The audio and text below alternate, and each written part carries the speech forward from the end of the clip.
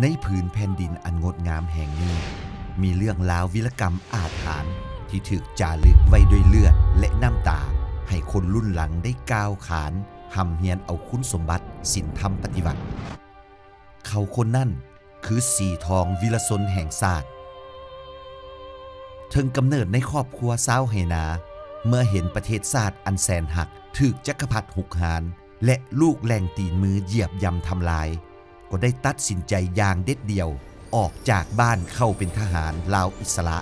อุทิศตนให้แก่ภารกิจปฏิวัติศาสตร์ประชาธิปไตยด้วยความหวังให้ลูกหลานได้อยู่เย็นเป็นสุขวีรชนสีทองเป็นผู้ที่มีความเชื่อมั่นอันนักแน่นต่ออุดมการณ์ปฏิวัติถึงว่าสถานการณ์จะยุ่งยากขับขันเพียงใดก็มีความเด็ดเดี่ยวอาจหาญผ่านผ่าเพื่อไซสนะเมื่อถูกจับก็บ่ยอมรับเอาการซื้อจ้างด้วยยศถาบรรดาศักดิ์เงินคำของศัตรูเสนอให้ถูกทรมานอย่างโหดห้ายป่าเถื่อนความเจ็บปวดทรมานนั้นเหนือกว่าคนเฮาจะทนได้แต่ด้วยน้ำใจฮักชาติที่เข้มข้นถึงชีวิตมอดม้อยก็บ่ยอมไขความลับให้แก่ศัตรูก่อนการจากไปสู่สนามรบเป็นครั้งสุดท้ายเวลานั้นครอบครัวกำลังพบความยุ่งยากลูกบ่สบายเข้าขาดแรงแกงขาดหม้อแต่ด้วยน้ำใจปฏิวัติอันเหนียวแน่นสีทองวีรชนได้ตัดสินใจเข้าร่วมสนามรบป้องกันนครหลวงเวียงจันทน์เมื่อถูกบาดเจ็บสาหัส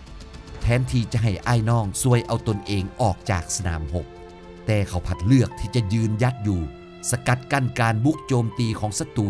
เพื่อรักษาชีวิตและความปลอดภัยให้แก่การตีถอยของบรรดาสหายอ้ายน้องวีรชนสีทองได้ใส่ระเบิดแกว้งใส่ตีนรถตังศัตรูแตกและใส่หมักแตกลูกสุดท้ายเสียสละชีวิตอย่างพิละอาจหาญดับศูนย์ศัตรูตายคาที่อยู่สมรภูมิหน้าหอพระแก้วในวันที่15ธันวาคม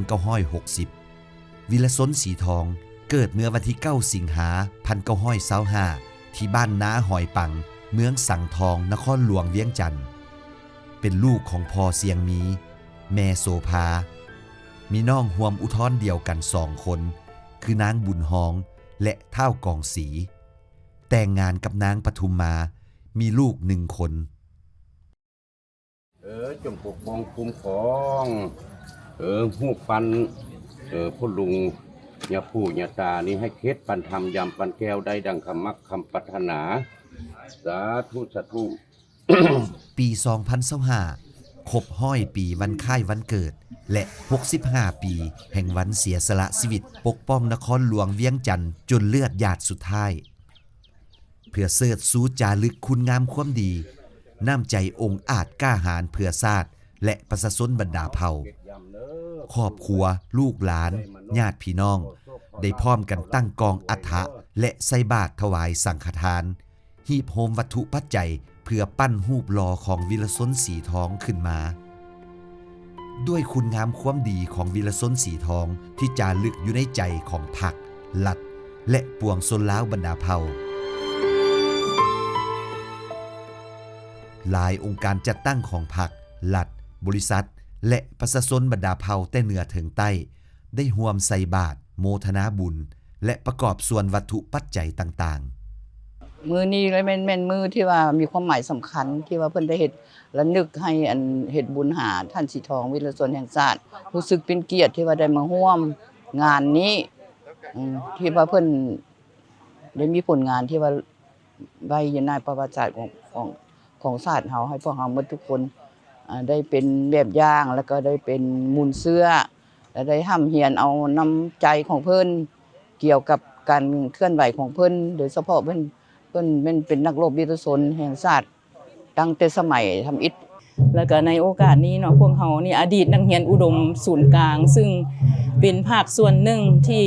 เคยห้องเพลงสีทองวีรชนมาตลอดตั้งแต่น้อยหั่นน่ะก็พากันมาหลายคนมื้อนี้นะหมู่ก็มาก่อนแล้วนะแล้วรู้สึกดีใจที่สุดในโอกาสนี้ก็ขอมาอวยใจให้พรทั้งป้าหลองได้ครับฉลองเนาะ2แม่ลูกเพิ่นก็ขอให้พวกเพิ่นอยู่ดีมีแฮงแล้วก็มีความสุขสบายจิตใจตลอดไปและพวกเฮาก็ยังบ่ลืมบุญคุณของเพิ่นนี้ตลอดไปเนาะวันที่วีรชนสีทองสิ้นลมหายใจ มีอายุเพียงแต่35 ปีเพิ่นยังคงมีชีวิตมีความสุขกับครอบครัวอีกยาวนานแต่เพิ่นเลือกอุทิศชีวิตตัวเองให้แก่ประเทศชาติเพื่อพวกเฮามื้อนี้แนวนอเนื้อนักสู้ดังก้องลือนองวีรชนสีทองอาจหารบ่เก่งย่านชีวิตหนึ่งนั่นสิวายสิ้นบ่วัน อุดมการณ์เหนียวมั่นเพื่อชาติเสื้อประสาได้เป็นสุขในนามครอบครัวลูกหลานขอขอบใจพรรครัฐบาลองค์การปกครองทุกขั้นองค์การจัดตั้งทุกส่วนหัวหน่วยธุรกิจและประชาชนลาวบรรดาเผ่าที่ได้ร่วมโมทนาบุญในวันครบ100 ปีวันคล้ายวันเกิดและ65 ปีแห่งวันเสียสละชีวิตของวีรชนสีทอง